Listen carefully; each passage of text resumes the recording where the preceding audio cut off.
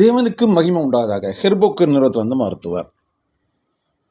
பல நோய்களுக்கும் பல குறைபாடுகளுக்கும் இயற்கை மருத்துவத்தை நம்ம பார்த்துட்ருக்கோம். அந்த வரிசையில் அந்த அடிப்படையில் நம்ம சொல்ல போகிறது பார்த்திங்க அப்படின்னா, பொதுவாக இயற்கை வைத்தியம், சித்த வைத்தியம், மூலிகை வைத்தியம் எப்படிலாம் நம்ம அழைக்கப்படுற இந்த வைத்தியத்தில் பார்த்திங்கன்னா, மிகப்பெரிய விஷயம், மிகப்பெரிய உண்மை என்னன்னு கேட்டிங்கன்னா 1+5, 1+10, 1+7 அப்படின்னு சொல்லலாம். அதாவது என்ன 1+7, 1+10 அப்படின்னா, ஒரு மூலிகை அல்லது ஒரு கீரை வகைகளோ, ஒரு மூலிகை வகைகளோ, இல்லை சித்த சம்பந்தப்பட்ட எந்த விதமான பொருட்களாக இருந்தாலும் சரிதான். காய்கறிகள் இருக்கட்டும், பழங்களாக இருக்கட்டும், எதுவாக இருந்தாலும் சரிதான். இயற்கையிலே கடவுள் படைக்கப்பட்ட அந்த விஷயத்தில் பெரிய ப்ளஸ் பாயிண்ட் என்னன்னு கேட்டிங்கன்னா, ஒரு குறைபாடுக்காக நம்ம அதை எடுத்தால் கூட கிட்டத்தட்ட அது சார்ந்த 5 விதமான குறைபாடுகளுக்கு அது பயன்பாடாக இருக்கும். ஒரு மூலிகை ஒரு குறைபாடுக்கு மட்டும் இல்லை, அது சார்ந்து 5 குறைபாடு, 7 குறைபாடு, 10 குறைபாடு வகை நம்ம தீர்க்கறதுக்கான வல்லமைகளை நமக்கு கடவுள் அற்புதமாக படைச்சிருக்காரு.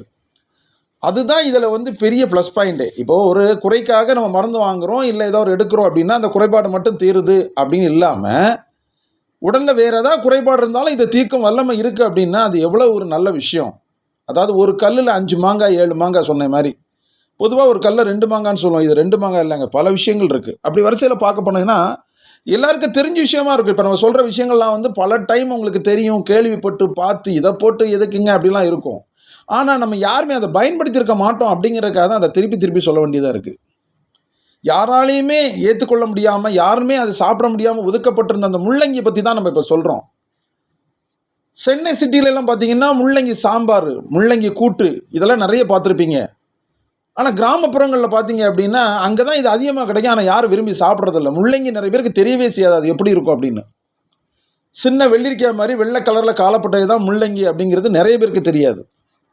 அது எந்த டேஸ்ட்டுமே இருக்காதனால தான் அது மேக்ஸிமம் யாரும் பெரிதாக எடுக்கிறதில்ல. சாம்பாரில் பார்த்தீங்கன்னா வட்ட வட்டமாக வெட்டி போட்டிருப்போம். கூட்டில் பார்த்தீங்க அப்படின்னா சின்ன சின்னதாக கட் பண்ணி போட்டிருப்போம். அதாவது முட்டைக்கோசு நம்ம முட்டைக்கு போடுற வெங்காயத்தை கட் பண்ணுற மாதிரி போட்டு பொரியல்லாம் வச்சுருப்பாங்க. அதை மேக்ஸிமம் பார்த்தீங்கன்னா பருப்பு கூட போட்டு கூட்டு தான் பார்த்துருப்பீங்க. அதை நிறைய பேர் சாப்பிட்றதை தவிர்க்கிறத தான் நீங்கள் பார்த்துருப்பீங்க. அது ஆனால் அதில் பார்த்தீங்கன்னா ஏகப்பட்ட பயன்பாடு இருக்குது. இந்த முள்ளங்கி எடுத்துங்க, இந்த முள்ளங்கி கொஞ்சம் எடுத்து நல்லா கழுவி கட் பண்ணி அதை மிக்சியில் போட்டு அடித்து அதனுடைய சாறு கூட கொஞ்சம் தயிர் நீங்கள் வீட்டில் வாங்கி வச்சுருந்த கட்டி தயிர் ஏதாவது கொஞ்சம் மிக்ஸ் பண்ணிங்க. அதிகாலையில் வெறும் வயிற்றில் நான் சொல்லிகிட்டு இருக்கேன். கொஞ்சம் முள்ளங்கி சாறுடன் ஒரு தயிரை மிக்ஸ் பண்ணி நீங்கள் சாப்பிட்டீங்க அப்படின்னா, இன்றைக்கி நாட்டில் இருக்க பெருவாரியான மக்களுக்கு இருக்க பார்த்தீங்கன்னா குடல் புண், வயிற்று வலி, அல்சர், இதே மாதிரியான எல்லா விஷயங்களுக்கும் இதை நீங்கள் சாப்பிட்டு வந்தீங்கன்னா ஒரு மாதம் கூட சாப்பிடாண்டாங்க. சாப்பிட ஒரு வாரத்துலேயே நல்ல வித்தியாசம் தெரியும்.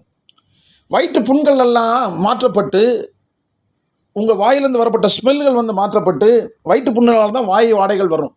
வாயில் துர்வாடைகள், பேட் ஸ்மெல் வரும்.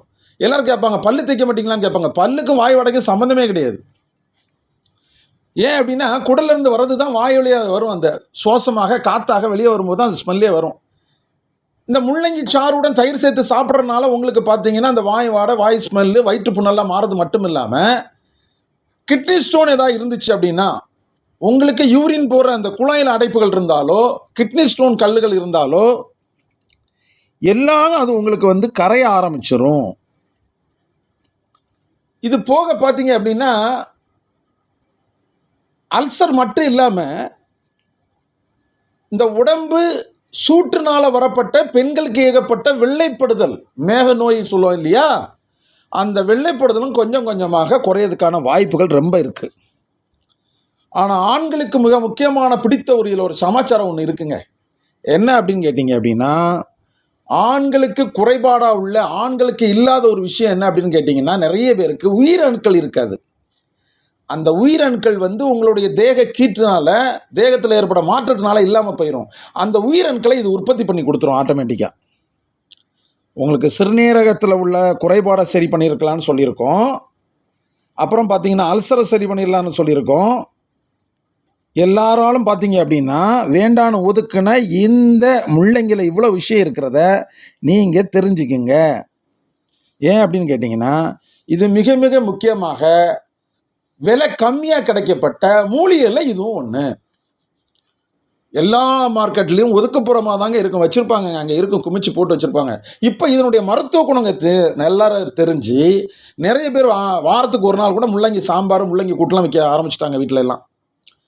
கண்டிப்பாக இதை நீங்கள் இதுவரைக்கும் இல்லைன்னா ஒரு வாட்டியாவது பயன்படுத்தி பார்த்து அதனுடைய பயனை அடைஞ்சு நீங்களும் அதை அனுபவித்து பிறருக்கு அதை ஷேர் பண்ணி சப்ஸ்கிரைப் பண்ணுங்கள், அருகில் உள்ள பெல் பட்டன் அமுக்குங்க. கண்டிப்பாக இது உங்கள் நண்பர்களுக்கு பயன்பாடாக இருக்கும். இந்த குறைபாடு உள்ள அத்தனை பேருக்கு இது பயன்பாடாக இருக்கும். நான் சொன்ன குறைபாடில் ஏதாவது ஒரு குறைபாடு கண்டிப்பாக உங்கள் குடும்பத்தில் ஏதாவது ஒருத்தருக்கு இருக்கும். ஏன் எல்லாரும் கூட இருக்கிறதுக்கான வாய்ப்புகள் இருக்குது. இந்த குறைபாடு இல்லாட்டாலும் இதை நீங்கள் சாப்பிடலாம். மேலும் நல்ல ஒரு ஆடியோவில் சந்திப்போம். நன்றி, வணக்கம்.